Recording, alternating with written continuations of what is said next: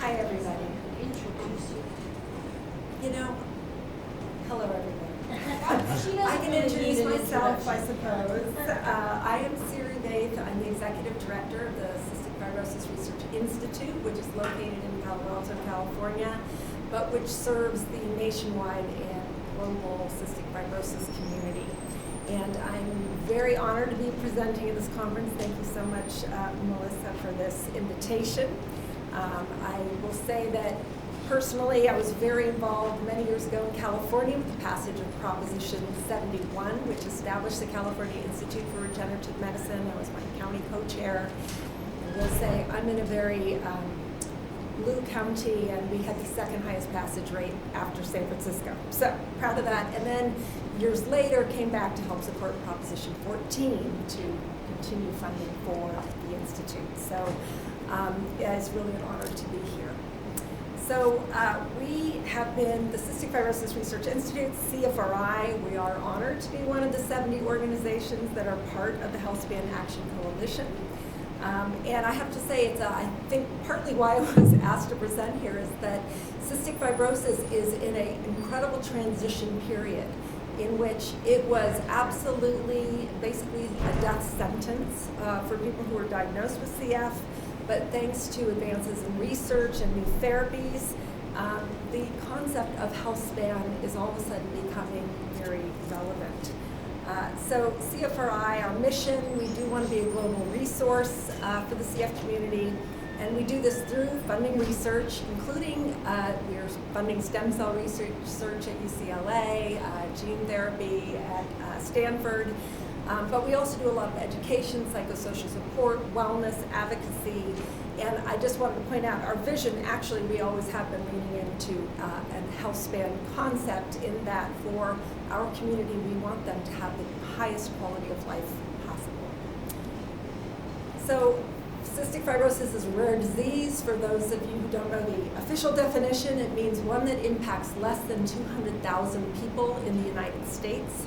40,000 people in the U.S. are diagnosed with CF. I live in a little beach town, Santa Cruz, but there's like 55,000 people.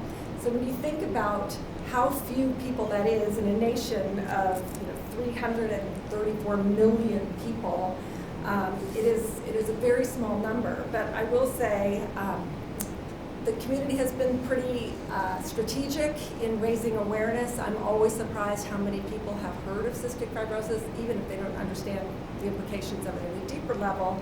And as we know, it can take hundreds of millions, even billions of dollars to bring a therapy to trial and then to market.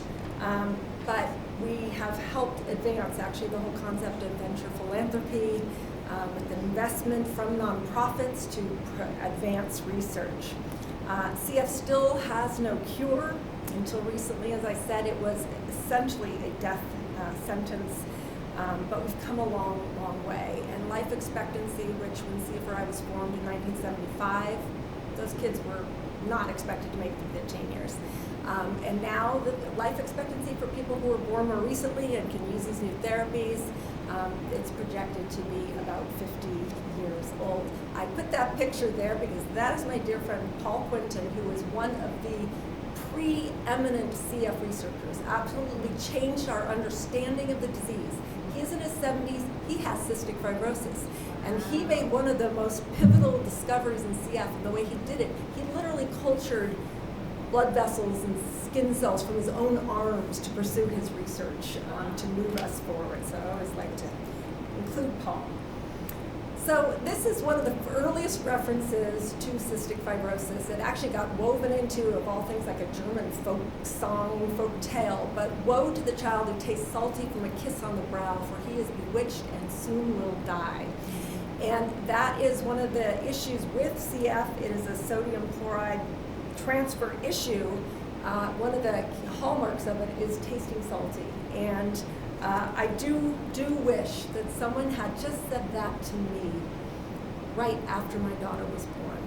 Because CF entered my life when my daughter Tess, pictured here when she was only about 8 days old, was born, and She started off almost immediately. We knew something was wrong. Her first 2-week appointment after she was born, she had lost a significant amount of weight despite the fact she was always hungry, but always crying as if she was in pain, like something inside of her that just she wrenched. It was like colic on steroids. And so this led to months, this was before cystic fibrosis was included on the California newborn screening panel, and so it led to months of invasive tests. First they said, oh, it's reflux, just prop up her bassinet. Wouldn't that be great?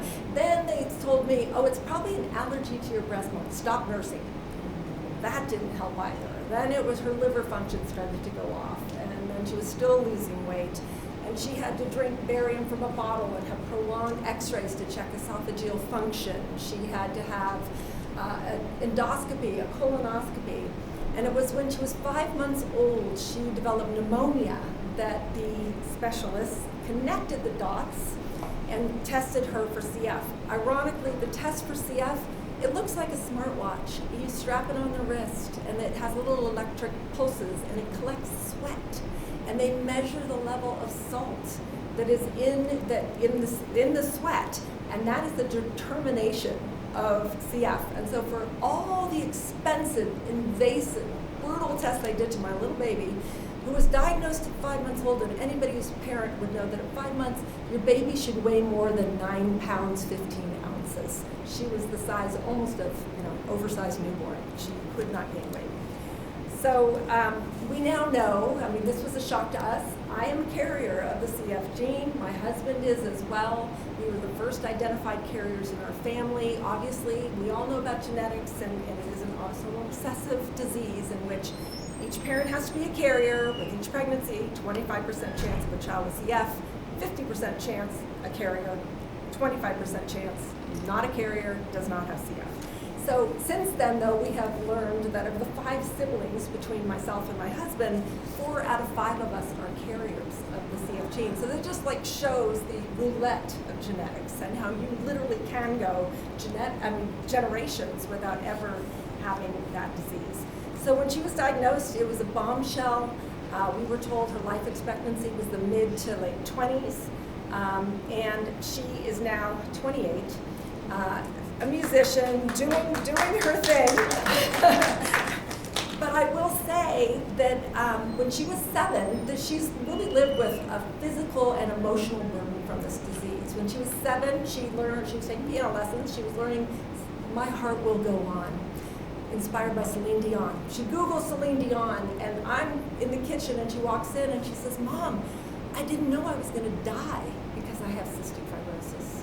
And it was because Celine Dion's niece passed away from CF. She's a huge donor to the Canadian CF Trust. So that was at a very early age. No matter what I said to reassure her, she has carried that burden. And she recently shared with me that she was absolutely positive she would die by the age of 40.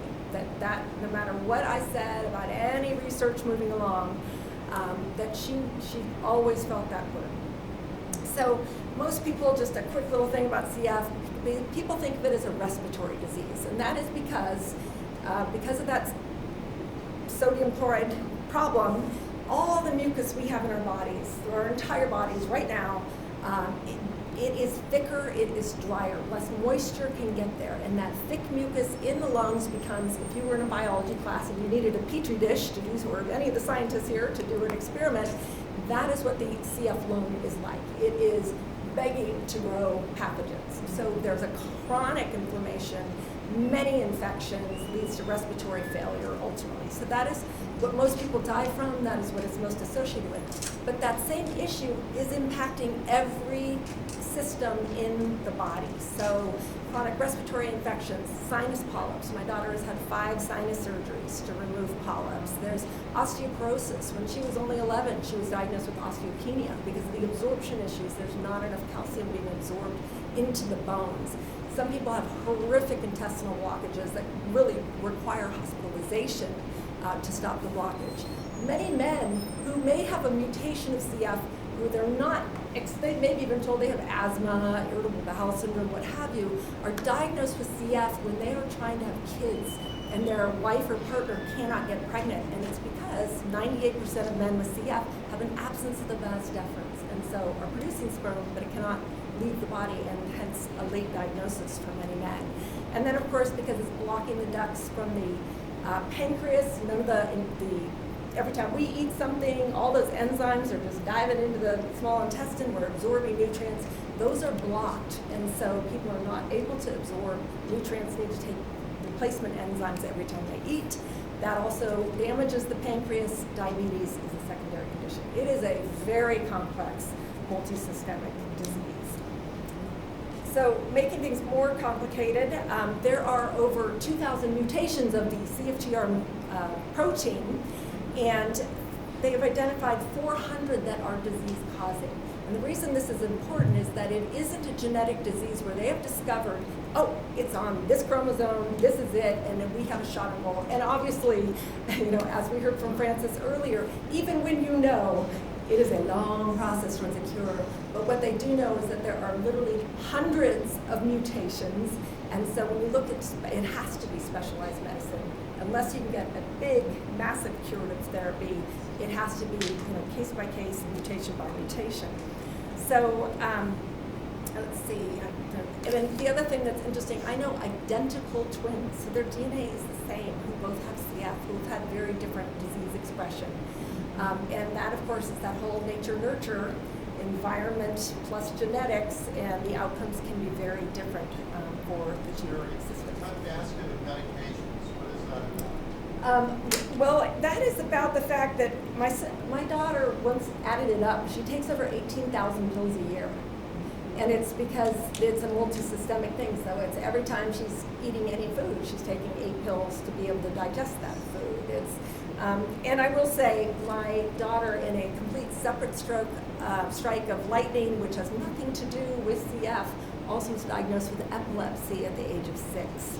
So some of the pills in there is the cocktail that she takes to prevent seizures. She also, when she was 11, was diagnosed with diabetes, cystic fibrosis-related diabetes, which really is similar to type 1, but not quite. It is not like, it's sort of a morph between the two, but for most kids does require insulin. So she started injecting when she was 11.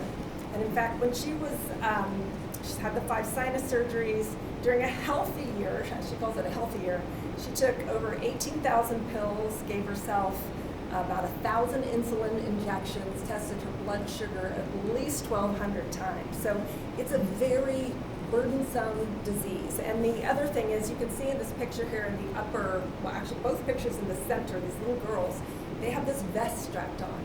And you're basically nebulizing one after the other, different nebulizers of medications to loosen the mucus, thin the mucus, and then this vest shakes you so hard and so fast that it literally vibrates the mucus out of the small airways into the larger airways where you can cough it up and expel it. And so traveling for my daughter, I mean, I joke, I can tell you the airports where I feel less safe, because they're the airports where they don't stop us in security and yank us out of line to look at it once it hits the x-ray. What is that? So very, very, very burdensome. And then, for many people who have advanced lung disease, respiratory failure is on its way. And so a lung transplant, double lung transplant, is the only alternative, or was the only alternative to extend life. But as we know, that is one scary surgery. It is, of all transplants, I think really the only one where the organ is every minute exposed to the outer world. Every breath you take, we're inhaling all the spores and the pathogens, etc. And so the level of immunosuppressants required, in particular for lung transplants, is really heavy. And so what that has led to is just, you just hope you don't have cancer right away. It's, cancer is extraordinarily common for people who are post-transplant. So, let's see, now I'm losing it. This is when I go off script. So, as I started off in the beginning, and when we first had this conversation with Melissa and Bernie, and about this shifting realm of CF, and I was like, well, what is there in the world of CF and health span? And it is interesting, there's very little, but what did pop up was one that was published in 2021, which is a relevant date in terms of new therapies, but it does show that there is accelerated aging for people with CF. And so this, all of a sudden, again, as we're moving into this realm of new therapies, gives us more to think about and more to lean into to advance health span in our community. So then there was a big change in our community. And in 2012, this company Vertex came out with a drug. It's a CFTR modulator. And so it is addressing what is the underlying cause of CF. But as I said, there are all these mutations. And so the first one that came out, which is not the one that's up on the screen here, but it was called Kalydeco. It could help 1,200 people with CF who had this very specific mutation. And it really helped stabilize people, gave some people a bump in lung function, not a cure, but absolutely a huge assist to people living with the disease. And I will say the FDA, through the years, keeps lowering the age. And so now babies 1 month old can start Kalydeco. So that, I think, is where it is all about, because you're going to prevent the problems before they begin. But then that was proof of concept, but it was only a little small percentage, like 4% of people with CF. But then they released Orkambi, then Symdeko, and then Vertex in 2019 had Trikafta approved. And I will say it was a magic moment that we were just talking, we were at the same NORD conference, rare disease conference, when it was announced the FDA had approved this therapy. And it was great because Janet Woodcock was there at the time, and she's the interim director of the FDA. We got to thank her in person. But this was a triple combination. It was taking 3 different drugs that would take this misfolded CFTR protein, help it get unfolded a bit, move it up to the surface, and then hold it open as a channel so more fluid can transfer between the cells. And so for many people who went from hours a day doing respiratory therapy, hundreds of pills, all of a sudden they could take 3 pills a day and have a radical shift in their health. Now, this is not for everyone, again, mutation specific, but I do think what's really important to note is that this drug started off with, if you had 2 copies of this one mutation, then they said, oh, okay, we're gonna, as time went on, if you have 1 copy of an FDEL mutation, 508 mutation, and 1 other responsive mutation, you can try it. So essentially the FDA said with this drug, which is so impactful for so many people, it's an N of 1. You can just keep moving along, and if your doctor thinks you're eligible, you can get it prescribed and take it. So, so let's see, where am I going with this? And I will say, with this, I know personally people, one woman in particular who is in respiratory failure gets the call with when the lungs are on the way, they're in a helicopter, your lung transplant's happening. Oh my gosh. Rushes to the hospital, they check the lungs, they are not viable, they are not good enough to transplant. This happens very regularly, more than we know, and more than most people know. It's devastating. And at the time, Trikafta had not been approved, but her doctor applied for compassionate use of the drug while it was still in the clinical trials, and she not only went off the transplant list, she went off oxygen. I mean, it helped her. Now, will I say, was she a normal, healthy, functioning person? No, she still had CF. But you can function on 40% of lung function. You can't function on 21. So, not for long. So, now I'm going to move on. So my daughter, who I will tell you used to cough so hard every morning because of all the hours of lying down, all the mucus builds up in the lungs, and she would wake up and she would cough so hard she would practically throw up. It was a physical, exhausting thing. Within 2 days, I was disoriented. Where's my daughter? I could not hear her.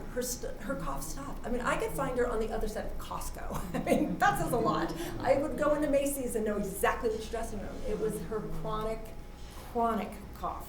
And all of a sudden, she was not coughing. And she was able to back off from her treatments. And so for her, you can see here, she was presenting. Vertex invited her when they were to perform and speak, and it was from ticking clock to future plans.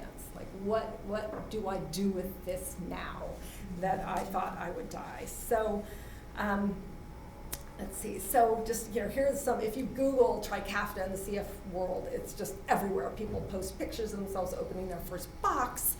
We've had a baby boom And the baby boom is because there are many women who never could get pregnant because, as I said, the mucus is thicker. So the cervical mucus was acting as a contraceptive. And then with Trikafta, all of a sudden, they're getting pregnant. And then there was another related baby boom because there were women who always wanted kids but didn't think they would have them because they didn't think they would survive to raise their children, who now are in a position where they're thinking, I am ready to move forward with this. But it's also a big shift for people about aging because it's opened a whole other Pandora's box. People are now aging with CF. There are still CF-related complications, and then all the complications of aging.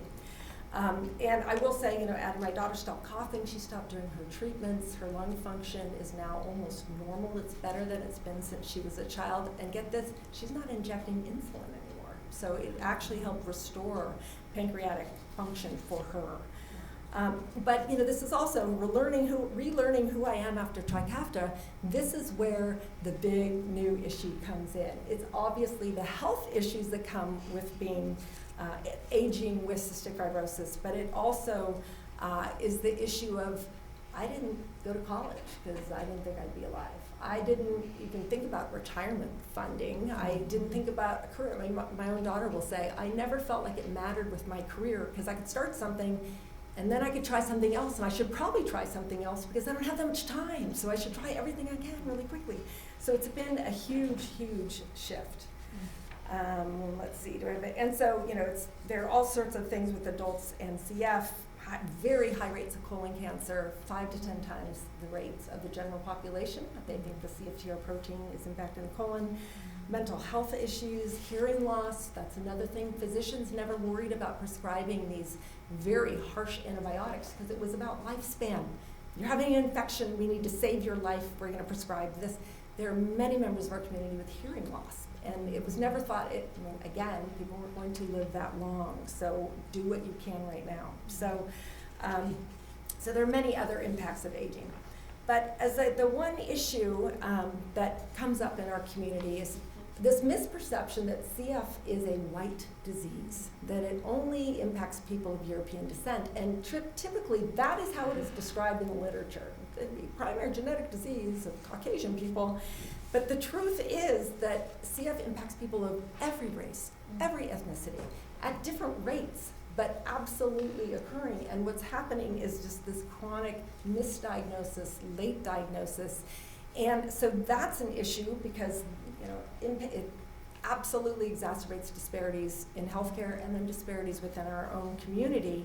But it also is extremely relevant now with these new therapies because about access to these modulator therapies, people talk about the Trikafta can help 90% of people with CF. Oh, that 10%. But the 10% is of everybody who can't use it, but when you break it down by race and ethnicity, you see where the disparities start, where they're glaring. 30% of Latinos who have no copies of the one gene required to be on this medication. 70% of Black people are eligible for Trikafta. 30% cannot use it. And so what you're having is this amazing party going on for people with CF who are like walking away from doing their treatments and thinking, what am I going to do about retirement, and how am I going to live a healthy life now? How do I take advantage of what life has to offer? And yet then you've got the people, it's like they're outside in the cold watching the party go on inside the house. And so we really want to address that. So access to therapies, patient advocacy is so key. I'm speaking to the choir here.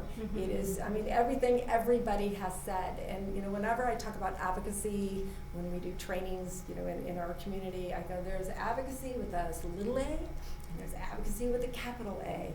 And there is a broad spectrum. And jump in because the water's warm. And if you start at the little a, I sent you an action alert, and you clicked it, and you put in your zip code, and you sent off a notice to your elected representative. That's huge.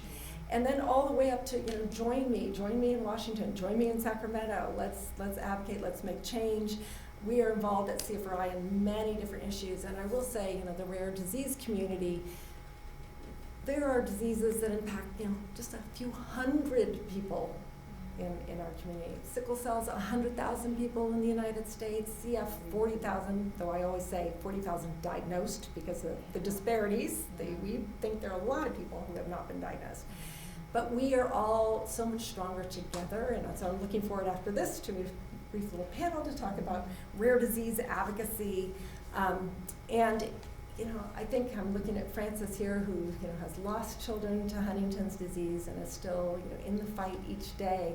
And I often say when I came to the CF community, I had an N of 1. My N of 1 was Tess. And now my N grew to just thousands to my CF community, and now it's much broader than that. And that, we speak a language. We have a dialect that we understand in each other at a very core, primal level, to care for people and make change so that people do have access to these therapies. But in the meantime, because no one should be left behind, everybody deserves to have that luxury of thinking how to live a healthy, longer life. So thank you very much. Sorry, I skipped my slide. There's the future. I know I've gone probably far, far over, but you can see the many things that are in the works, very active pipeline. So, any questions for Siri, or we can just move on to the panel and maybe have the audience. Yeah, much better. Okay, let's Siri, do that. what does the drug treatment cost now? Oh, thank you for asking that. I was going to wait for the panel, but no, it's a great launch. Access, because this is the drug that my daughter takes is over $30,000 a month, $360,000 per year. And drug pricing, I'm not a medical economist to determine value of drugs, but there are organizations, which we'll talk about, right, Adrienne, that are trying to come up with assessments that quite too often are very discriminatory for people with chronic disease and rare disease. There is a movement in the CF community. I was just at a conference, and all the presenters would have on the slide, remember, it's been erased. Somebody was here earlier who put it costs $1 to produce something and $100,000 to so somebody did the math and said, well, to make Trikafta, this drug, I can't remember the exact price, but literally it was like $3,600, something incredibly low. And yet they're charging $360,000 a year. And the truth lies somewhere in the middle, is my theory, because you have to have a reason for innovation, especially in the rare disease space. When you have no market share, you're not doing a heart drug that's going to impact millions of people. So there has to be a sweet spot where there is support for innovation. But at this point, honestly, with the excitement we have as every rare disease, when a new therapy comes on the market, they're always very expensive. And we are getting very nervous. We have to find something different because, especially state Medicaid systems, it is unsustainable. So I think that is part of the hard work about access and living healthy lives, because it would be so sad to have the answer, but it's out of people's reach. So. Yes, and the price has been going up, just because it was. And it's a small molecule. Small molecule, And yes. it's synthesis. I was at Shearing Plow. It cost us 0.1 cents to make flares. Not even 0.1 cents. Yeah. And the packaging cost more.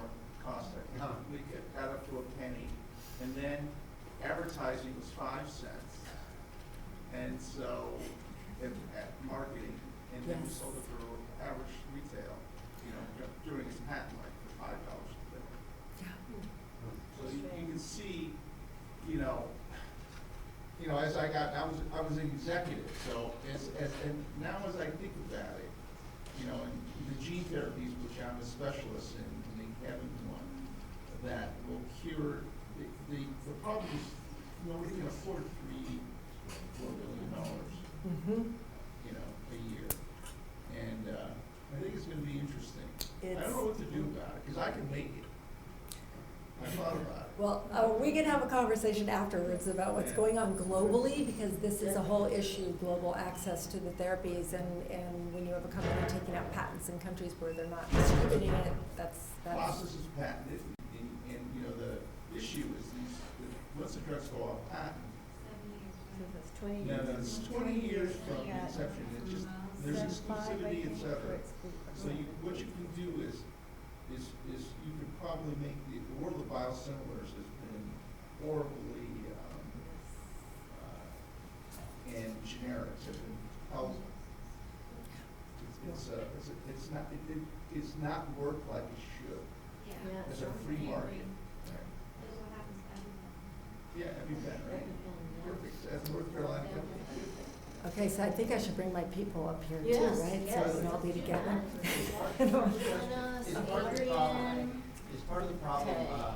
Produce the thing, because if it costs $1 billion to produce the thing, then you gotta recover your capital costs. That it absolutely, and that's the dance, right? I mean, if you, Vertex is an example, I would say if you compare how much pharma typically, their percentages that's reinvested into research for new therapies, Vertex is far higher than the average.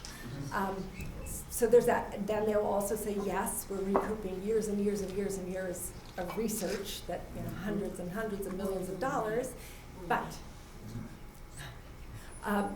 so there is that, and that's why I say it's somewhere in the middle. I mean, you may be able to produce it once you know what you're doing for a few $1,000s. But You've got to find, yes, you have to also recognize that. And again, in the rare disease space in particular, innovation is the challenge. There is not the profit margin there is for a drug that treats many people. Okay, I'll stop. Oh, no, you're fine. You're doing great. There's a stool there for you. I almost tripped over the stool. So see, we're gonna have to lean into this. We should probably huddle more. Yeah, come closer. All right, George so Melissa. following a wonderful talk from Siri Vaeth and a testimony to the promise of medical research for chronic diseases and illnesses. What an amazing turnaround for at least many patients living with cystic fibrosis, and I'm happy about the rich conversation about the treatment and the cost of making it, and I hope that will continue, because that's where the rubber hits the road. Once there is a treatment, how do we get it out there for people and make sure that access and affordability are part of the conversation? What we'd like to do now is move into a panel discussion with 3 absolutely incredible parent-patient advocates, each with a story to tell. Siri's already shared hers with us, and each of the 3 of them is a rare disease advocate, which is such an important area of advocacy, patient advocacy, for reasons that you've been hearing about today. And that you will continue to hear about. So Siri Vaeth, who you just heard from, Executive Director of CFRI, Cystic Fibrosis Research Institute, will be on the panel. Also Adrian Shapiro, who founded Access Advocacy, which is a sickle cell patient advocacy nonprofit. And also Jeff D'Angelo, who founded the Champ One Foundation, and he'll tell you the exact. I think that it's evolved. I think you're doing even more maybe than you used to be doing. So we'll hear Jeff's story about his son that lives with Champ One. So what I'd like to do, since this audience has not yet heard today from Jeff, would like to just start with you, telling us a little bit about your story, your journey, and starting your organization, and then maybe we'll move into a conversation about the importance of rare disease advocacy. Sure. So I had when we had our son JJ, we knew obviously something was wrong at birth, and we sort of went through this long line of seeing specialists and different therapists and traveling to kind of find answers, and it was misdiagnosed with cerebral palsy. But after we reached out to a doctor in Connecticut, we got whole exome sequencing to find out that he was the 37th kid in the world with the mutation to his CHAMP1 gene. So like a lot of people who are part of small patient advocacy groups or rare disease groups, there's little publications, there's little information out there. So you do what just about everyone does, is you start Googling, getting online, looking at PubMed, there was a handful of papers, and they were very daunting. So you'd like to believe that there's this group of people championing your cause out there, or there's this group of super scientists that are working diligently every night and day to help cure or help your child. But in reality, there was one doctor in Japan who had even researched the gene in an animal model. So that was it. He was the guy, and my wife and I kind of knew that if we didn't do something, we would just kind of wait till someone else did, and we just kind of jumped in full force. I'm a teacher. I'm not a biologist. I don't have any science background. I've done everything I can for the last 5 years to sort of devote my life to accelerating research and seeing how we can improve the quality of life of kids like my son. So that's it in a nutshell. Thank you so much. And Adrian, do you want to just briefly introduce yourself as well, Access Advocacy? So I'm Adrienne Shapiro. I am sister to Teddy, who is a winged warrior, meaning that he's passed away. That was my older brother from sickle cell, and I'm mother to Marissa, who is an adult living with sickle cell, and mother to Casey, who is also a young adult who is a sickle trait carrier. And we formed Access Advocacy initially to get people into clinical trials for stem cell research. And we became aware of how badly the adults were treated who were living with sickle cell. And at that point, we started doing not only the stem cell advocacy, but also doing point of care advocacy, meaning that when a person is at any point in their care, at the hospital, in the ER, on the hospital floor, speaking with a team about maybe entering a trial, they can call us, and we actually help them during their appointments or their doctor's conversations in order to facilitate better outcomes.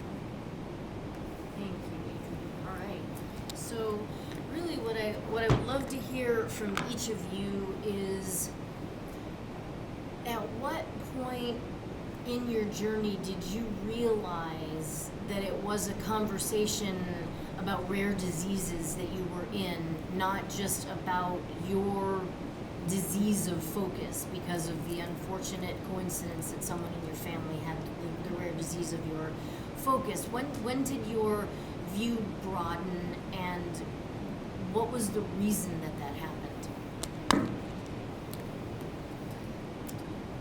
Well, I did know, people would say it's a rare disease. The numbers alone, when you hear, compared to your son, obviously it must seem like just so many people with CF, but at the time it was 30,000 people in the US.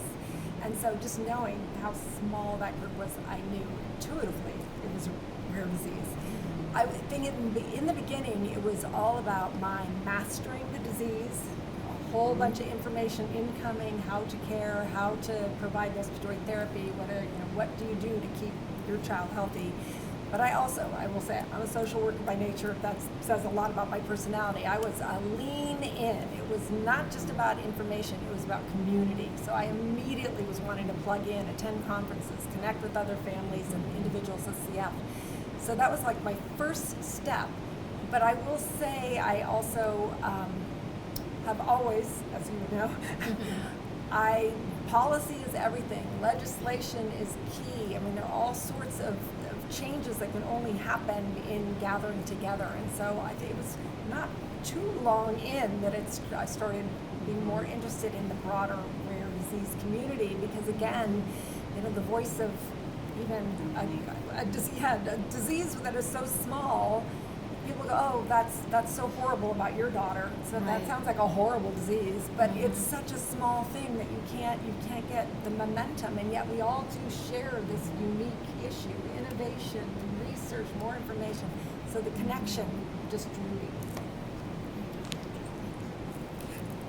So I think for me, it was when I went to the California Chronic Care Coalition meeting. So this was about a year after we'd started Access. And as I was sitting in the room, and it was filled with, I'm going to say, other mothers. There were some dads, but mostly mothers, and they were talking about their journey, and I was like, whoa, that's mine. This is mine. This is mine. We're all going through the same thing, and I came to the conclusion that 20 to 25% of our, 80 to 85% of our journeys are all the same. It was finding out what's going on, looking for support, trying to find good doctors, navigating a household. I mean, it was all the same. And what was separating us were specifics of the disease. And even though sickle has the largest rare population in America. We think it's over 100,000, and there are millions of people living with sickle cell in the world. We needed to be a part of the conversation for the chronically ill and the rare space, because we all together really had that same journey, and we were only being separated by, how can I say this, policy and pharma, the PPs, really, that were keeping us from, all of a sudden this one's working on a sickle drug, so they're going to give you some money, or, that one's doing whatever, they'll give you some money, or you got a politician that's got a cousin with whatever disease. And so that whole conversation about it, what we have in common, was hardly ever spoken up until, I guess, probably about 8 years ago. We started saying, wait a minute, we're chronically ill people. We need palliative care. And if you really look at it, if we look at all of our care maps, really, I'd say probably like 85 to 90% of what we need, that wraparound care, is already defined and has a classification for what level of care we should get, that elevated care. Yet, if you look at who gets to decide that, even though you have the same situations, elements, needs, you're classified as chronically ill and getting palliative care, there's a disconnect. And so I think for me, that was it. And yeah. Thank you. Sure. Well, I think like you, immediately I felt connected with my community. With such a little information out there, we were sort of the experts, so we had to rely on each other. And to do that, we had to be organized. It takes, you don't get information from patients without patients. So we sort of needed every person on board. So I felt connected with my Champlain community pretty quickly, and I still do. The broader rare disease community, a win for one is a win for all. So just sort of like everything I've learned from larger organizations and people that have been doing it. So I've kind of began to celebrate and sort of piggyback off one another. So that's sort of, I don't know, it happened pretty quickly. Going to conferences like this and meeting people, you sort of have an instant connection because you all share so much in common. So, knowing Siri and Adrian through the California stem cell program, the campaigns like Siri mentioned to create California Institute for Regenerative Medicine, and then to get the funding renewed with another $5.5 billion, I have a decent idea of what your hopes are for the future, I suppose, for stem cells generally as a platform for regenerative medicine and maybe for your specific disease area. But I would love for you to share where your thoughts are now, given the state of the research and the state of industry around it, ready to take up projects that can move into clinical trials. What are your current hopes, maybe vis-a-vis what they were 10 years ago? And I'd love to hear that from all three of you. Whoever wants to start.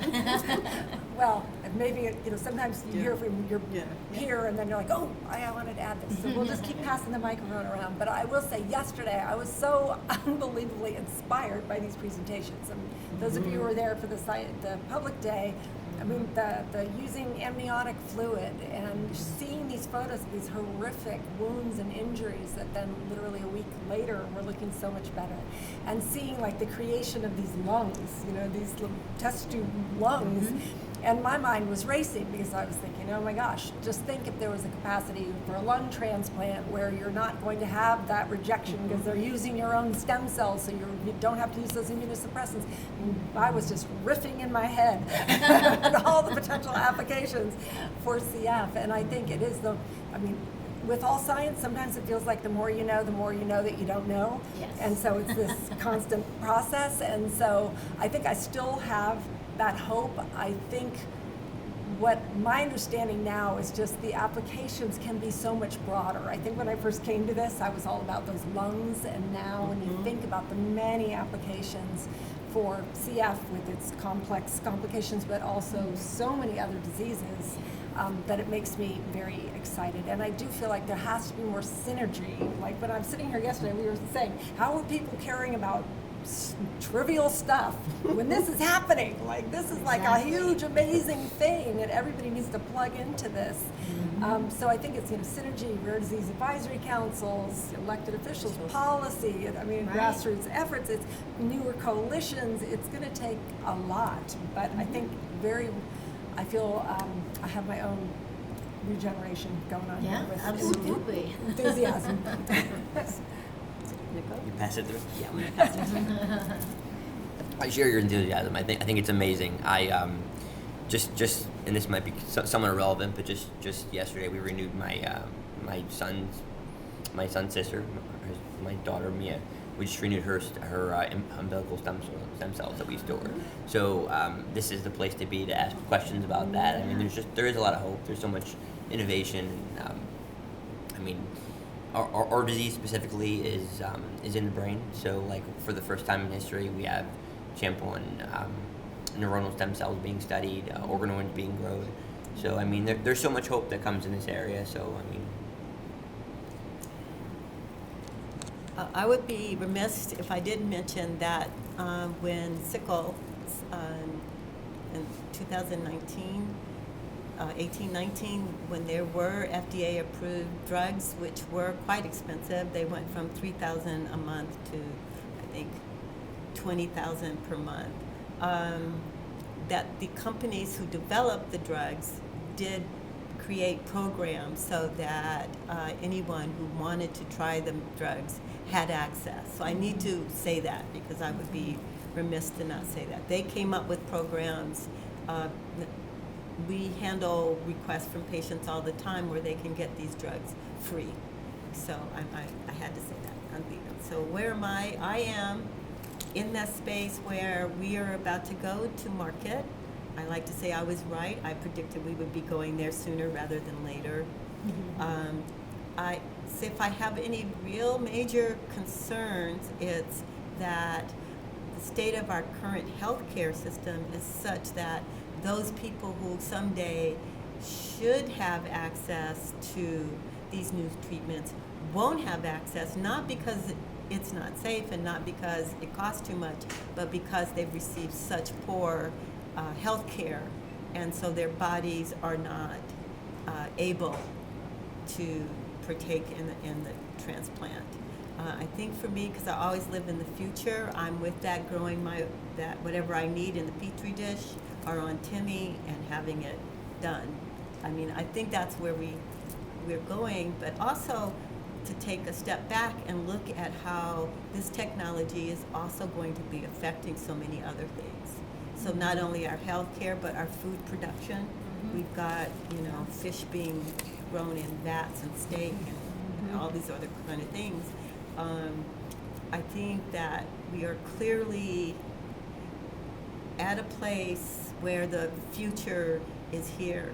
And as stewards of that, I think our responsibility is to make sure whenever we have an opportunity to share, that we share, how can I put it, accurate and knowledgeable and trusting information onto others so they can understand it. Thank you. Sure. Lydia, would you mind coming to the microphone?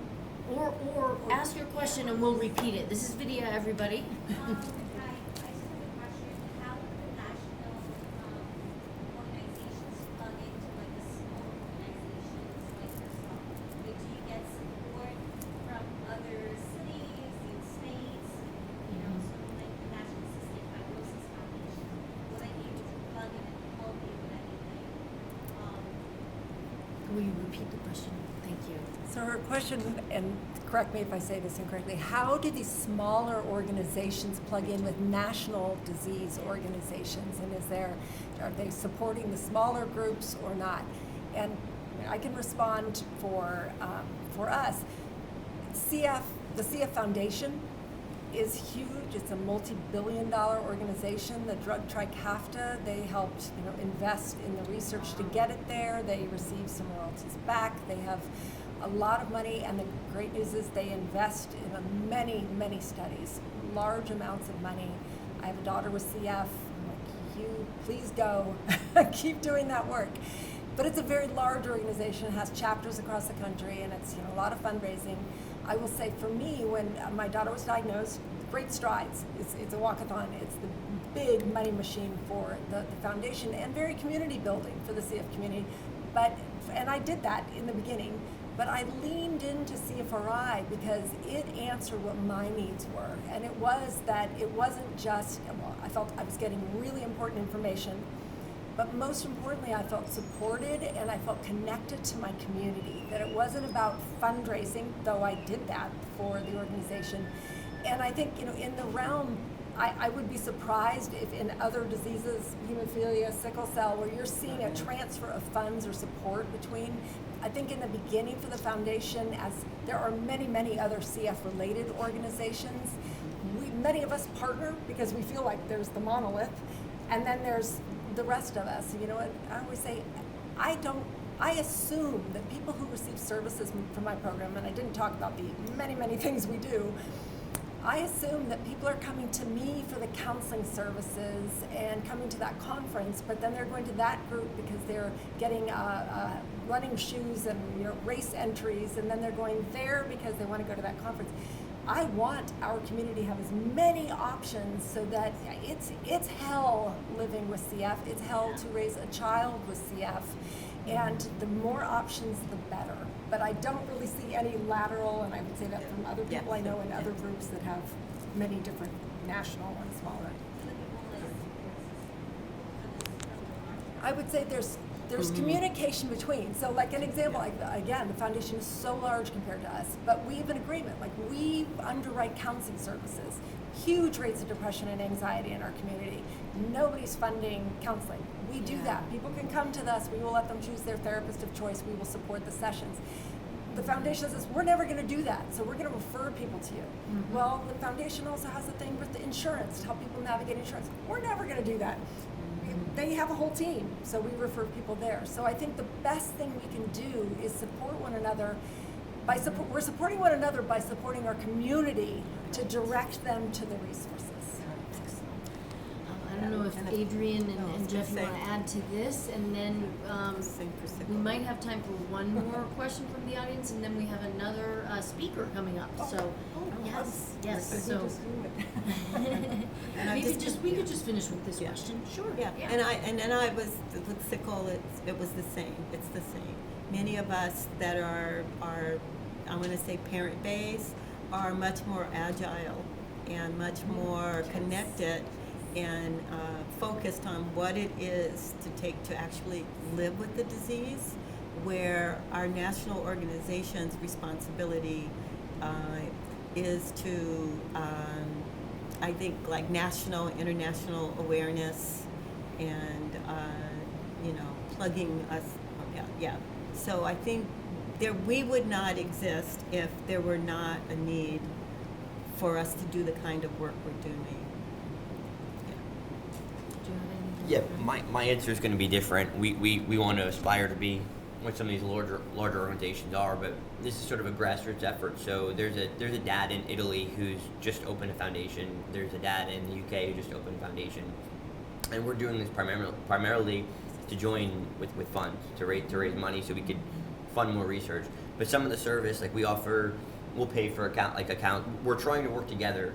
So maybe like you said, you have somebody who specializes with one thing. We're not competing with one another. We're working together. That's what we want it to be.